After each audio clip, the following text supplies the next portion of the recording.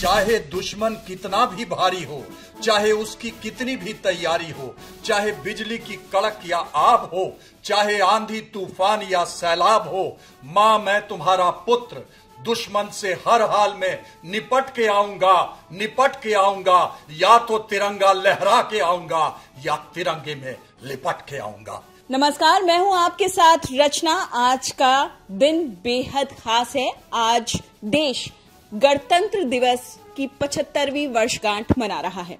इस मौके पर खास बातचीत के लिए 3 खास मेहमान हमारे साथ मौजूद हैं। हमारे साथ हैं मिस्टर भीम प्रकाश शर्मा, हमारे साथ हैं रिटायर्ड कर्नल जेके सिंह, और हमारे साथ हैं retired major general VK Datta. आप तीनों का स्वागत है इंडिया टीवी पर। सबसे पहले सर, आपसे शुरुआत इस विषय को लेकर कि महिलाओं का जो प्रतिनिधित्व इस दफे देखने को मिला है, इससे पहले नहीं देखने को मिला। क्या साफ संदेश भारत ने दुनिया को दिया है? भारत ने दुनिया को यह बताया है कि महिला का जो पर्याय पहले देखा गया है उसमें पूरी तरह से बदलाव आ गया है। अबला से सबला तक की कहानी, प्रयास से प्रशस्ति तक का सफर, यह सफर साफ दिख रहा था। और यह भी दिख रहा था कि जब कोई युग पुरुष सबला पर्याय को, उस अंधेरे को मिटाने के लिए एड़ी चोटी का दम लगा दे और ऐसे यशस्वी नेतृत्व के तहत धरती भी अपनी धुरी पर एक ओर झुकने के लिए आमादा हो जाती है। बहुत खूब। इस बार तीनों सेनाओं का जो प्रतिनिधित्व किया, तीनों टुकड़ियों का, वो महिलाओं ने किया। पूरी दुनिया ने एक बार फिर से भारत की महिला शक्ति के दर्शन किए। एक और बहुत खास मौका, इस बार फ्रांसीसी राष्ट्रपति जो हैं वो बने हमारे चीफ गेस्ट, और फ्रांस के साथ हमारे बदलते रिश्तों पर दुनिया की निगाहें हैं। फ्रांस के राष्ट्रपति के साथ जैसी गर्मजोशी प्रधानमंत्री नरेंद्र मोदी की देखने को मिली, उसे लेकर क्या संदेश गया है? बिल्कुल, देखिए ऐसा है कि जहां तक भारत और फ्रांस का रिश्ता है, बहुत पुराना रिश्ता है। 1947 के बाद ही हमारे डिप्लोमेटिक रिलेशंस हो गए थे उनके साथ, और उसके बाद फ्रांस हमेशा भारत के साथ खड़ा रहा हर एक इम्पोर्टेंट मुद्दे में। और खास करके 1998 में जब हमारे न्यूक्लियर टेस्ट हमने किया और पूरी दुनिया ने हमारे ऊपर सैंक्शन लगाई और वेस्ट ने सैंक्शन लगाई, उस हालत में भी फ्रांस भारत के साथ खड़ा रहा और उसने कभी भी अपना हाथ पीछे नहीं खींचा। और तब से लेके आज तक 25 बरस जो हो गए हमारे जो स्ट्रेटेजिक पार्टनरशिप जिसको हम बोलते हैं, रूस के बाद अगर कोई सबसे बड़ा योगदान है भारत की किसी डिफेंस या इंटरनेशनल जो छवि है, वो फ्रांस का है। और एमुअल मैक्रॉन और जो हमारे प्रधानमंत्री हैं, प्रधानमंत्री भी उनके बेस्टे डे में गए थे, उनके चीफ गेस्ट थे, और उसी प्रकार अभी एमुअल मैक्रॉन को यहाँ पे इनवाइट किया गया।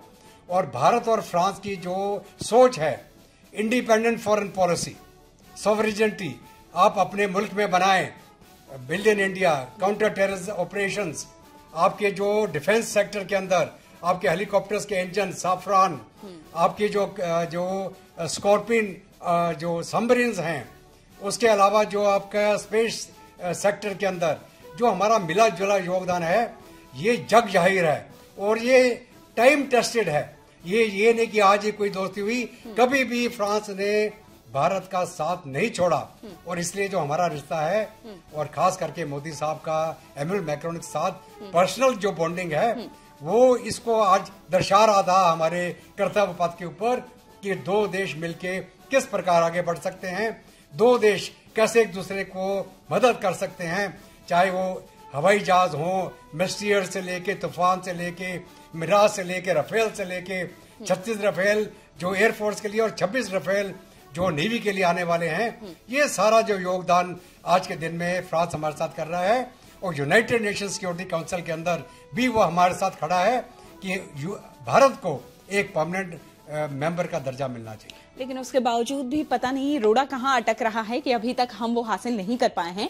फ्रांस के साथ जो हमारी स्ट्रैटेजी है वो बहुत ही क्लियर रही है, और फ्रांस और भारत एक चीज को लेकर दोनों में कॉमन है, वो आतंकवाद को लेकर दोनों देश ग्रसित हैं। लेकिन फ्रांस ने जिस तरीके से अपने यहाँ स्ट्रिक्टली कुछ चीजों को बैन किया और भारत में अभी उसमें थोड़ा वक्त है। इसे आप किस तरह देखते हैं? फ्रांस के राष्ट्रपति का दौरा यहां पर और जो गर्मजोशी दिख रही है, दुनिया को क्या साफ संदेश दिया जा रहा है? और खास तौर पर आज कर्तव्य पथ पर जो फ्रांसीसी सेना की टुकड़ी कदम ताल करते दिखी, क्या साफ संदेश गया है पड़ोसी मुल्कों को? ये गया है कि देखिए, अगर शांति चाहते हैं तो मिलजुल कर रहना होगा। जैसे भारत और फ्रांस मिलकर एक कर्तव्य पथ पर आगे बढ़ रहे हैं, वैसे ही जो हमारे साथ शांति बनाए रखेगा, हमसे सहयोग चाहेगा या हमें सहयोग देगा, दोनों बात है, तो शांति रह सकती है। दोनों देश अपनी अपनी सार्वभौमिकता को बनाकर रखते हुए, अपनी सॉवरेनिटी को बना रखते हुए एक दूसरे के साथ सहयोग कर सकते हैं। लेकिन अगर वो चाहता है कि भारत को आंख दिखाए तो ऐसा हो नहीं सकता, क्योंकि फ्रांस जैसा देश भी उसके साथ खड़ा है। और फ्रांस ने भी ये मैसेज दिया है कि आपके ऊपर अगर कोई आपत्ति आती है तो भारत आपके साथ खड़ा है। क्योंकि अभी जो हमास और इजराइल का युद्ध हुआ, उसमें फ्रांस ने भारत की जो विचारधारा थी, भारत का जो वाक्य था, सरकार का जो दृष्टिकोण था, उसका समर्थन किया और उसने कहा कि इसको इस नजरिए से न देखा जाए कि ये मुसलमानों पे बमबारी की जा रही है या यहूदियों पर बमबारी की जा रही है। इसको आतंकवाद शब्द दिया गया कि किस तरह से आतंकवादी हमले का हम विरोध करते हैं, चाहे वो विश्व के किसी भी कोने में हो, उसको धर्म के चश्मे से देखने की जरूरत नहीं है। तो भारत और फ्रांस ने ये साफ कर दिया पूरे विश्व को कि हम दोनों आतंकवाद के खिलाफ खड़े हैं और भारत के साथ फ्रांस खड़ा है, फ्रांस के साथ भारत खड़ा है। और इसके बाद जब एक देखा गया कि एक के बाद एक अमेरिका और दूसरे देशों ने भी भारतीय दृष्टिकोण का समर्थन किया, क्योंकि भारत और फ्रांस दोनों ही आतंकवाद से जूझ रहे हैं। हाँ। फ्रांस में लाइब्रेरी में आग लगा दी गई।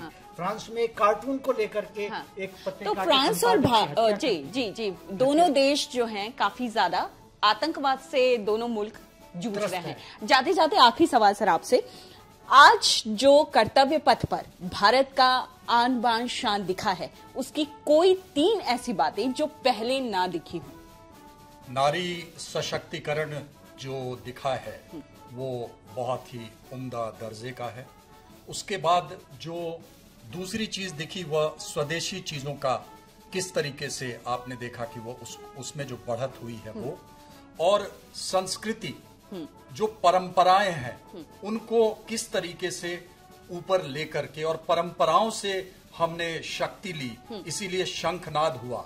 और यही कारण है कि आज परिभाषाएं बेशक अलग हैं, लेकिन सबके लिए अर्थ एक ही है, वो तिरंगे का है।